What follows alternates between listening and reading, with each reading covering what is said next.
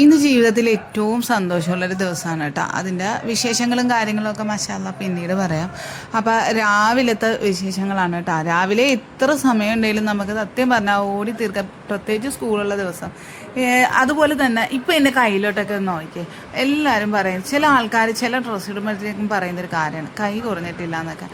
പഠിച്ചവനെ ഇനിയും കുറയണമെന്നുണ്ടെങ്കിൽ ചിലപ്പോൾ ചെത്തി എടുക്കേണ്ടി വരും, അത്രത്തോളം എൻ്റെ ഒരു വ്യത്യാസം. നമ്മൾ കുറയ്ക്കുന്നതല്ല പാട്, അത് മെയിൻറ്റെയിൻ ചെയ്യുന്നതിലും അതുപോലെ തന്നെ മറ്റുള്ളവർ നമ്മൾ എന്താ നമ്മൾ ചെയ്തതിൻ്റെ അത്രയും ആ ഒരു ഫലം ഇല്ലാതാകുന്ന രീതിയിലുള്ള സംസാരങ്ങൾ, അതൊക്കെ ചില സമയം ഭയങ്കരമായിട്ട് മാനസികമായി വേദന എടുക്കുന്നൊരു കാര്യമാണ്.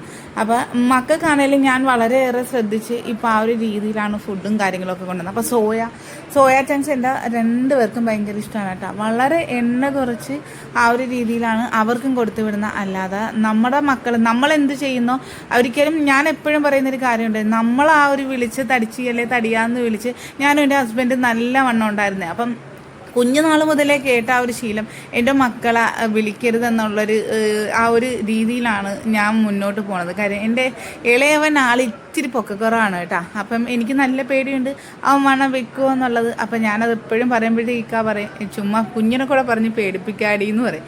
അപ്പോൾ അങ്ങനെ ഓരോരോ കാര്യങ്ങൾ ഓർത്ത് രാവിലെ ഇങ്ങനെ എന്തായാലും നമ്മൾ എന്ത് ചെയ്താലും ആൾക്കാരത് ഉൾക്കൊള്ളുന്ന രീതി അനുസരിച്ചിരിക്കും നമ്മളോടുള്ള ആ ഒരു എന്താ പറയുക ബിഹേവിയർ എന്ന് പറയുന്നത്. ഒരിക്കലും നല്ലത് പ്രതീക്ഷിച്ച് നമ്മൾ എന്ത് ചെയ്താലും അതിനുള്ള ആ ഒരു പ്രതിഫലം കിട്ടുമെന്നുള്ള പ്രതീക്ഷയൊന്നും വേണ്ട.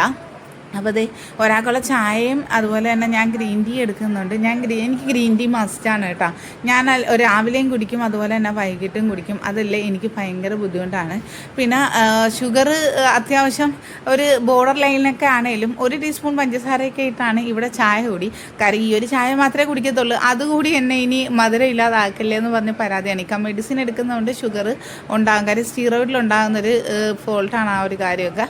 അപ്പോൾ അതേ രാവിലെ അവൻ 9 മണിക്ക് മുന്നേ സ്കൂളിലെത്തണം. അപ്പോൾ അത് കാരണം രണ്ടുപേരെയും അങ്ങളെ തന്നെയാണ് കേട്ടോ വന്ന് കൊണ്ടുപോകണം. അതിനുശേഷമാണ് ഞാനൊന്ന് എവിടെയെങ്കിലും ഒന്ന് അടങ്ങിയിരിക്കുന്നത്. കാര്യം മൂത്താൾ 10 മണിക്ക് പോയാൽ മതി, അവനെ ഒരുക്കേണ്ട കാര്യം നമുക്കില്ലല്ലോ, അവൻ തനിയെ റെഡി ആയിക്കോളും, അവൻ 10ാം ക്ലാസ്സുകാരനായില്ലേ. അതെല്ലാം കഴിഞ്ഞ് എൻ്റെ ഫുഡ് അടിയും കഴിഞ്ഞാണ് നേരെ ഞങ്ങൾ കമ്പനിയിലേക്ക് പോകുന്നത്.